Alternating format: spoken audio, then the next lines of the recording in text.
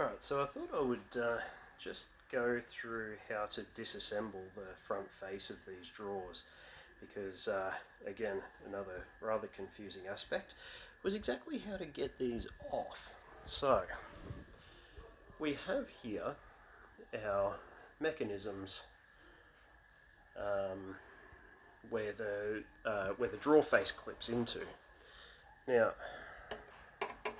right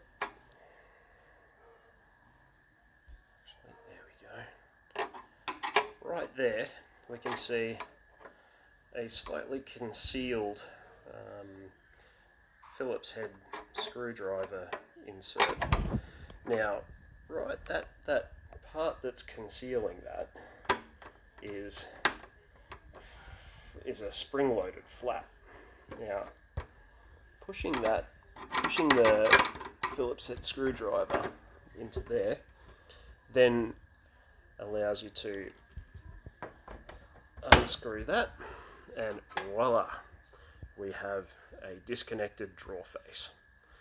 So that's it. Nice and simple. Again, very innovative design from Ikea, but my God, that took me a while to work out how to do that. So hopefully that helps some people.